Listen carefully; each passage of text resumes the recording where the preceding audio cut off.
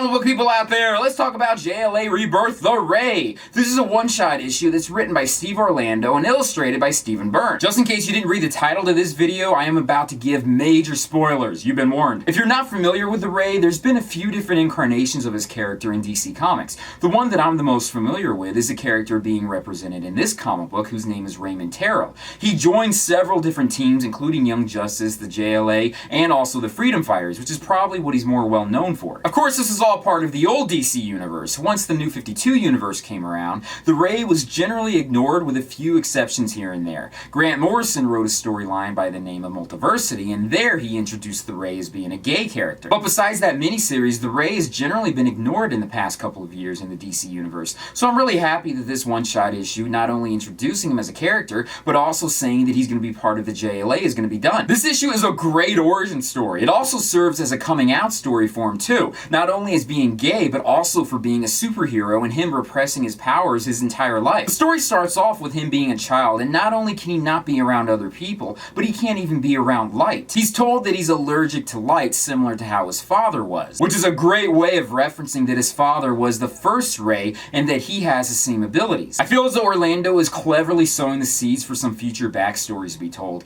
maybe even about his mother. His mother almost feels as though she's being charged with the duty of taking care of him, maybe not even being his real mother. Ray only had one friend. His name was Caden. Unfortunately, when Caden was visiting, he was using flash photography once, and Ray erupted with his powers because of the exposure to the light. And Ray, as an outlet, continued to write letters to Caden, hoping that one day he would be able to reconnect with him. Eventually, Ray decides he can't take it anymore, and he decides he's going to rebel. And he discovers he's not allergic to light after all. The light is just simply the source of his power. He learns how to master his abilities, and he spends years observing everyone from afar. He eventually finds out what happened to Caden, and he tracks him down, finding out that he's running for mayor of the city of Vanity in Oregon. I love that this ended on a very positive note. He came out not only to himself, but he also came out to the world as being a true superhero. He saves Caden from one of the Sons of Liberty. It's interesting because the Sons of Liberty were speculated to be possibly the freedom fighters of another Earth, but here they're being portrayed as villains, whereas the freedom fighters are heroes. Or it could be one of those things where some of their members start off being villainous, and then they turn their ways around and they become heroic later. I am so excited for this character, and I think Orlando nailed it for the origin story and the coming out story. And this just made me feel so incredibly happy. This is a character that I'm really looking forward to reading in future issues of the JLA. Stephen Byrne is a great artist too, and I love his take on how the characters are represented. I almost feel as though it's like an animation vibe, which reminds me,